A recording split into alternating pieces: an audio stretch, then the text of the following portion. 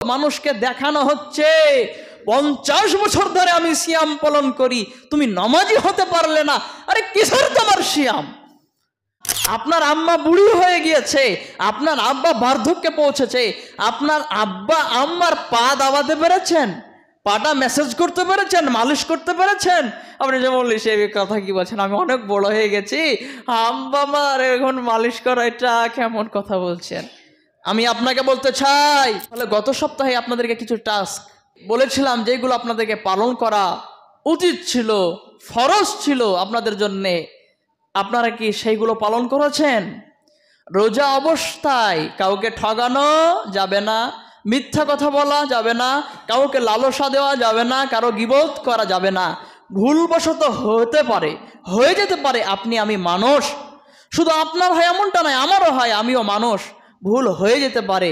কিন্তু কন্টিনিউয়াসলি সেই ভুল থেকে, সেই অপকর্ম থেকে কি ফিরে এসেছেন আপনি? সিয়াম সম্পর্কে বলছেন মাল্লাম ইয়াদা কাওলা যুর আল আমাল, যেই ব্যক্তি খারাপ কাজ ছাড়লো না সেই ব্যক্তির সিয়াম আল্লাহর কাছে গ্রহণযোগ্য হবে না। তাহলে আমি বলছি না যে রোজা দাড়ি কাটলে রোজা হবে না, আমি এ কথা বলছি না, কিন্তু দাড়ি কাটাটা হালাল না হারাম সেটা আমরা আগে ইনভেস্টিগেশন করি। দাড়ি রাখাটা হচ্ছে ফরজ, রাখতেই হবে। দাড়ি রাখাটা হচ্ছে ফরজ, আপনাকে রাখতেই হবে। দাড়ি কাটাটা হচ্ছে হারাম, আপনি কাটতে পারবেন না। যদি কাটেন এর জন্য আপনাকে কাল কিয়ামতের ময়দানে হিসাব দায়ী হতে হবে।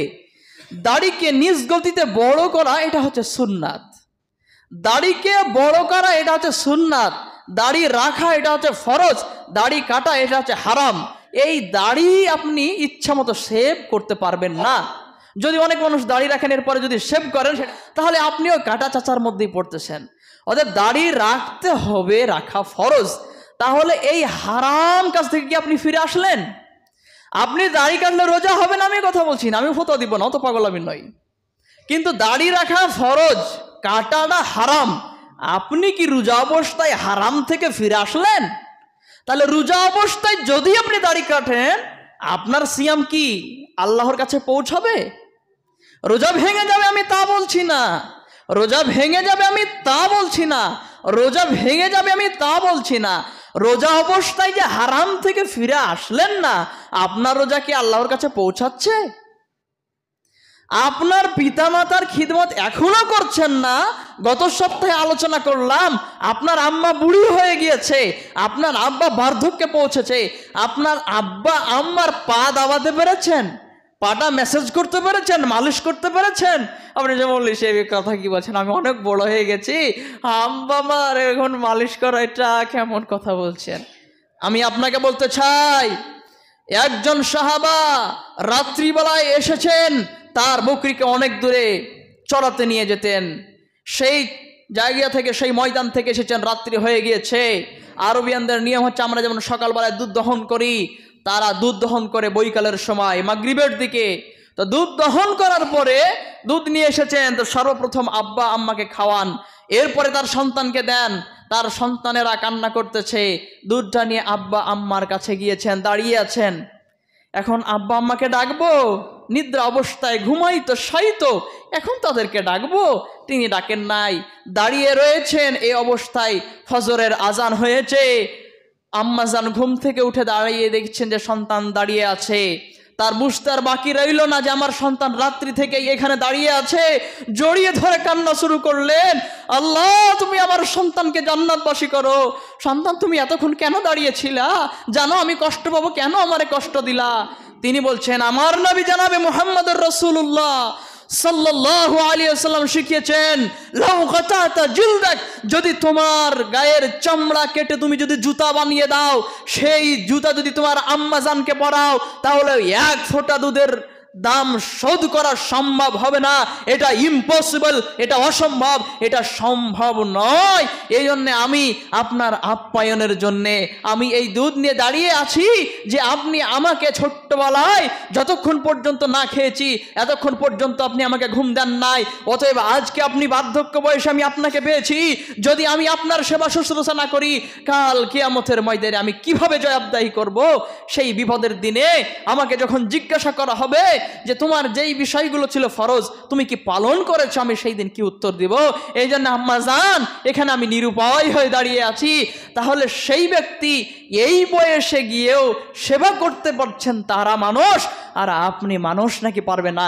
এটা আপনার জন্য অসম্ভব, এটা আপনার জন্য ইম্পসিবল। কেন অসম্ভব?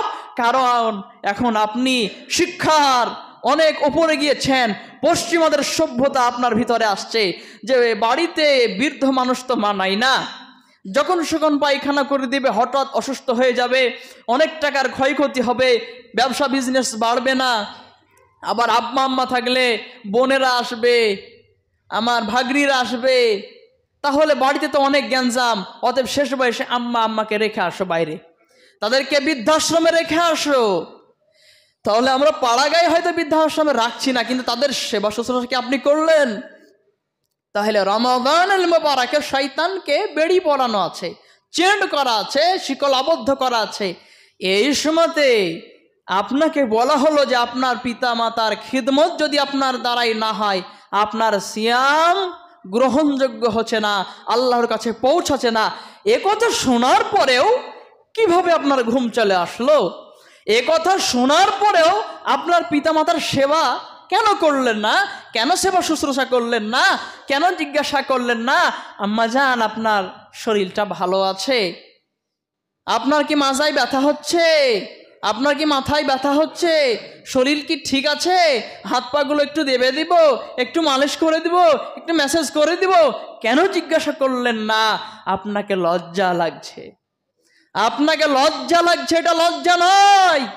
আল্লাহর জমিনে আল্লাহর দেওয়া রুজি ভক্ষণ করার পরে, আল্লাহর দেওয়া মানব পাওয়ার পরে, পিতামাতার পেট থেকে আসার পরে, লালন পালন হয়ে আল্লাহর সমস্ত নাজ নিয়ামত ভোগ করার পরে, মহান আল্লাহ রাব্বুল আলামিনকে দিনে রাতে 5 ওয়াক্তে 5 বার না ডাকার নাম হচ্ছে লজ্জা।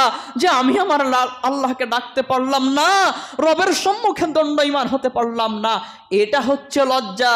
আর তুমি যেটাকে লজ্জা মনে করছো, এটা লজ্জা নয়, এটা হচ্ছে শয়তানি, এটা হচ্ছে সার্কাস, এটা হচ্ছে শয়তানি, এটা লজ্জা নয়।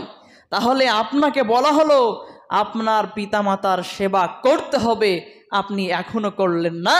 আপনার এই রোজাগুলো লোক দেখানো হচ্ছে, আপনার এই সিয়ামগুলো মানুষকে দেখানো হচ্ছে। 50 বছর ধরে আমি সিয়াম পালন করি, তুমি নামাজি হতে পারলে না? আরে কিসের তোমার সিয়াম? 40 বছর থেকে তুমি সিয়াম পালন করো, এখনো নামাজি হতে পারলে না, কিসের তোমার সিয়াম? তুমি 50 বছর ধরে সিয়াম পালন করো, তোমার আব্বা আম্মা ভিক্ষা করতেছে, কিসের তোমার সিয়াম? তুমি 40 বছর ধরে সিয়াম পালন করো, মানুষের সঙ্গে নমনীয়তার সঙ্গে নরম কথা তুমি বলতে পারো না, তোমার কথায় মিষ্টান্ন নাই, মধুমিশ্রিত নাই, মানুষের সঙ্গে কর্কশ আওয়াজে কথা বলো, সবসময় নেগেটিভিটি তোমার ভিতরে, তোমার কিসের নামাজ, তোমার কিসের সিয়াম?